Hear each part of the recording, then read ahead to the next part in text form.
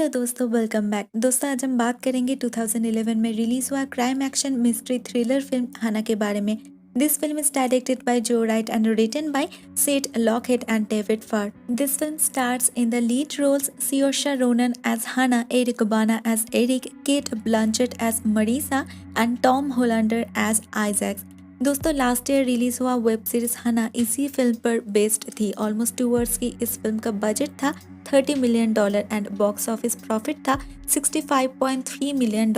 ये कहानी है एक वाइल्ड चाइल्ड हाना की, जो अपने पिता एरिक के साथ फिनलैंड की फ्रोजन वेस्टलैंड में रहती है। She is only 15 years old, लेकिन फिल्म के स्टार्टिंग सीन में ही वो इतना इजीली एक डियर को एरो से शूट करती है, इतना परफेक्टली, विच प्रूव्स कि वो एक साधारण सी टीनेजर तो है नहीं।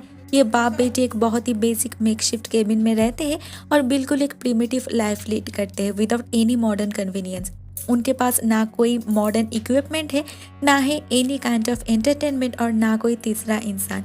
खाने के लिए वो शिकार करते हैं and they make their clothes out of animal skin. Film के स्टार्टिंग में हमें थोड़ा बहुत पता लगता है इनके इतनी अजीब तरह से लाइफ लीड करने के कारण के बारे में, लेकिन पूरा सच तो हमें फिल्म के एंडिंग में ही पता लगेगा। अभी हमें सिर्फ इतना पता है कि हाना के पिता एरिक एक CIA एजेंट है और उनके पास ऐसी एक सीक्रेट है जो अगर बाहर आ जाए तो बहुत ही बड़ा प्रॉब्लम हो सकता है। इसीलिए एक CIA एजेंट मरीसा बहुत दिनों से उन्हें मारने की कोशिश कर रही है, लेकिन पिछले 15 सालों से वो कहाँ पर है किसी को भी नहीं पता।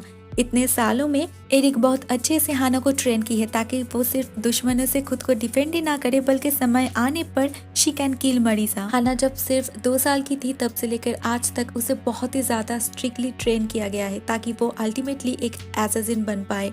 वो हैंड टू हैंड फाइट में किसी को भी हरा सकती है, हर किस्म की वेपन से फाइट कर सकती है, टारगेट शूटिंग में वो माहिर है, बहुत सारी डिफरेंट लैंग्वेजेस में फ्लुएंटली बात कर सकती है। She is smart, curious, talented and ever all she is a devoted daughter. As part of a training वो अपने बारे में, अपने पास्ट के बारे में कई सारे फेक स्टोरीज क्रिएट की है और उसे याद रख रही है ताकि समय आने पर वो दूसरों से ये झूठी कहानियां शेयर कर सके।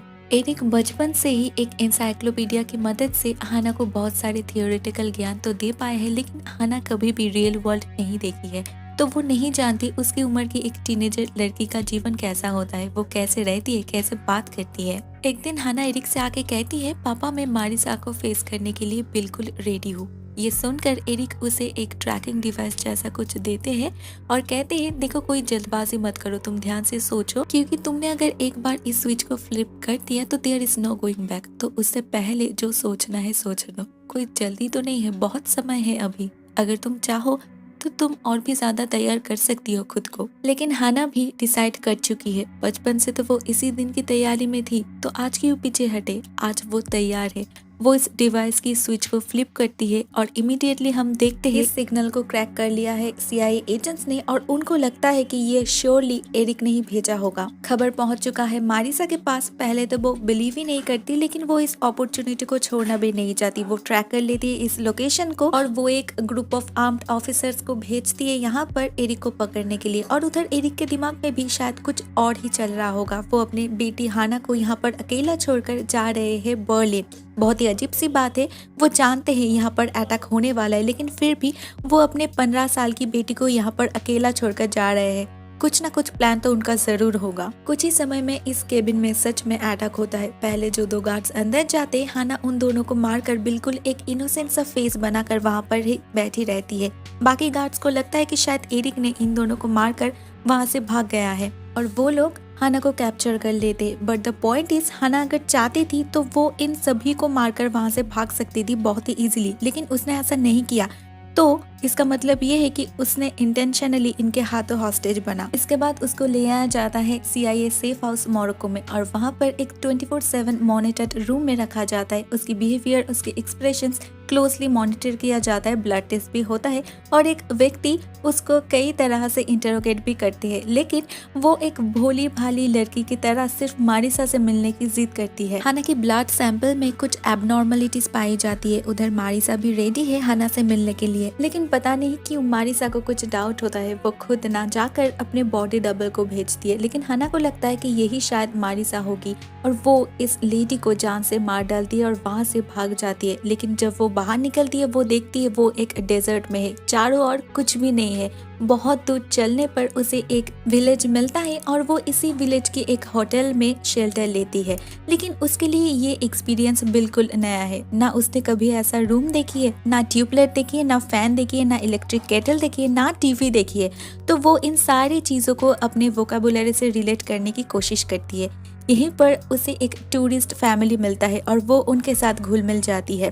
पहले तो हना अपने बारे में सारे फेक स्टोरीज ही सबसे कह रही थी, लेकिन जब इस फैमिली की डॉटर सोफी से उसकी फ्रेंडशिप होता है, वो इसके साथ कुछ लाइफ की सीक्रेट्स शेयर करती है और वो गलती से ये भी कह देती है कि वो बर्लिन जा रही है अपने पिता से मिलने। उधर मारिसा को भी ऑलरेडी पता चल चुका है हना इसी विलेज में है। वो इसी गांव की एक लोकल गुंडे आइजैक को हायर करती है उसे ढूंढने के लिए और वो खुद चली जाती है जर्मनी एरिक के खोज में। हना को ढूंढते ढूंढते आइजैक आखिरकार पहुंच ही जाते हैं इस फैमिली तक, लेकिन हना इनके ही ग्रुप के एक मेंबर को जान से मारकर वहां से भागने में कामयाब होती है। इस फैमिली को भी वो लोग नहीं छोड़ते, जान से मार डालते, लेकिन मारने से पहले बहुत ट्रिकफुली उनसे जान लेते हना अभी बर्लिन जाने वाली है। उधर एरिक भी कम्प्लीटली टेंशन फ्री नहीं है, उसके ऊपर भी हमला होता है और वो समझ जाते हैं कि उसको फॉलो किया जा रहा था। हना इवेंचुअली पहुंच ही चुकी है बर्लिन में, नेफलर मतलब एरिक के एक ओल्ड फ्रेंड के पास। ये व्यक्ति एक एम्यूजमेंट पार्क में रहते हैं और ये जगह बिल्कुल वैसा ही है जैसा हना कभी अपनी one and only fairy tale की किताब में पढ़ी थी। ये व्यक्ति भी काफी मजाकिया है। वो हना को कंफर्टेबल फील करवाने की कोशिश कर ही रहे थे, लेकिन इसी बीच वहाँ पे आ जाते हैं आइजैक एंड मरीसा। वो लोग नेफलर को जान से मार डालते हैं, लेकिन उन्हें कहीं पर भी हना नहीं मिलती। उधर हना भी छुपके से उनके बीच की कन्वर्सेशंस ओवरहियर कर लेती है। उसे हल्के से ये पता लगता है कि एरिक उसकी फादर नहीं है और उसे ये भी पता लगता है कि मारिसा अभी भी जिंदा है। हना बहुत ही ज्यादा कंफ्यूज्ड हो जाती है। एरिक अगर उसकी पिता नहीं है तो कौन है? उसे डीएनए के बारे में भी तो जानना है। उसने अपनी ब्लड रिपोर्ट देखी थी, लेकिन उसे कुछ भी समझ में नहीं आया। सिर्फ इतना समझा कि कुछ एबनॉर्मल है। वो एक कैफे में जाती है और इंटरनेट में एरिक हेलर एंड डीएनए के बारे में सर्च करती है। इससे वो और भी ज्यादा कंफ्यूज्ड हो जाती है, लेकिन यहाँ पर उसे अपने नानी घर की एड्रेस मिल जाता है और वो वहाँ के लिए रवाना हो जाती है। उधर एरिक भी पहुंच चुके हैं एम्यूजमेंट पार्क में, लेकिन वहाँ पर जाकर सब कुछ देखकर वो गेस कर लेते हैं कि यहाँ से शायद हना अपने नानी घर ही गई होगी और वो भी चले जाते उसी घर में। वहाँ पर जाकर अभी वो दोनों बाप बेटी आमने सामने हैं। हना एरिक को कन्फ्रंट करती है, are you really my dad? Eric पहले तो कुछ भी कहना नहीं चाहते थे, लेकिन बहुत फोर्स करने के बाद हना को पता चला उसके जन्म की डार्क सीक्रेट के बारे में। और यहाँ पर ही इस फिल्म का क्लाइमैक्स है, यहाँ पर ही इस फिल्म का असली प्लॉट रिवील होता है। हना को पता लगता है एरिक उसकी बायोलॉजिकल पिता नहीं है। उसकी जन्म एक रिसर्च फैसिलिटी में हुआ था। उसकी माँ ओहाना की तरह कई सारे प्रेग्नेंट लेडीज को इस रिसर्च में रिक्रूट किया गया था ताकि उनके बेबीज के डीएनए चेंज कर उन्हें फ्यूचर की सुपर सोल्जर बनाया जाए। बच्चों की डीएनए को मॉडिफाई किया गया था ताकि इनके अंदर की स्टेमिना और स्ट्रेंथ और रिफ्लेक्स कैपेसिटी की ग्रोथ हो और वो इमोशनली भी बहुत ही ज्यादा स्ट्रॉन्ग बने। एक सुपर सोल्जर होने की हर एक कैपेसिटी इन बच्चों के अंदर इनपुट किया गया था। हना की ही तरह इस फैसिलिटी में और भी कई सारे बच्चे थे।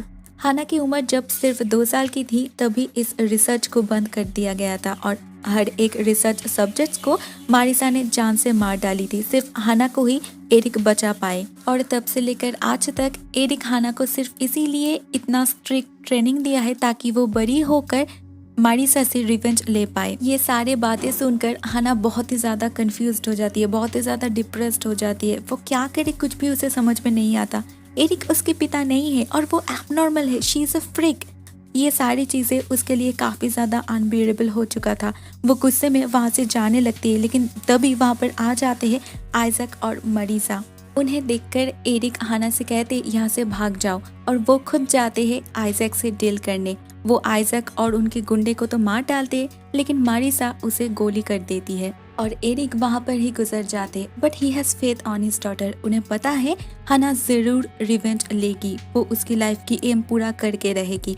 उनकी इतने सालों की मेहनत वेस्ट नहीं होगा। अभी सिर्फ मारिसा और हना है आमने सामने, फेस टू फेस। लेकिन ये सारी बातें सुनकर हना मॉडली थोड़ी सी डाउन हो चुकी है। वो और किसी का खून नहीं करना चाहती। वो मारिसा से भी कहती है प्लीज ये सब बंद करो और मुझे यहाँ से जाने दो, लेकिन मारिसा तो मारिसा है, वो कहाँ उसकी सुनने वाली। वो शूट कर देती है हाना को, लेकिन हाना भी उसे एरो से शूट कर देती है। मारिसा उसी उंडेट हालत में वहां से भागने लगती है और हाना भी उसके पीछे पीछे जाती है एंड अल्टीमेटली मारिसा की ही बंदूक से वो मारिसा को गोली मार देती है। दोस्तों यहाँ पर ही ये मूवी खत्म हो जाता है और मैं भी मेरी वीडियो यहाँ पर ही एंड करती हूँ। अगर आपको पसंद आया हो तो प्लीज एक लाइक दे देना एंड सब्सक्राइब कर लेना मेरे चैनल को। टाटा।